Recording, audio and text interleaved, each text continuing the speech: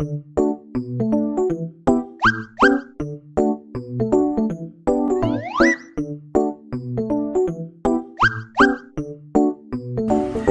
guys! It's me again, Erich, and welcome back to Cared by Erich YouTube channel. For today's video presentation, I will be showing you the process of burping a baby. Okay, there are two procedures in burping a baby. One is standing, or you're putting the baby on your shoulder and on your breast area, and then rub the back of the baby or tap.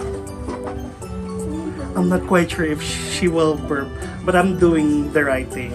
So you have to rub or tap the back of the baby.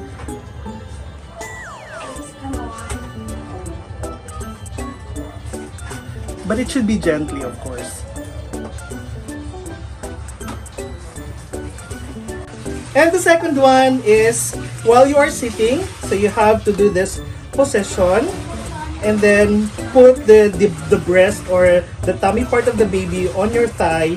And then also you have to rub gently or tap the back of the baby gently.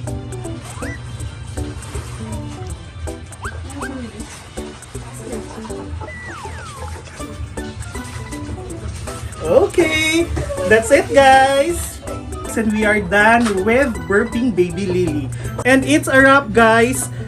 These are the procedures in burping a baby. One is the standing position and the other one is the sitting position. Okay, but always remember that cleanliness and sanitation is really vital for our baby Lily's health.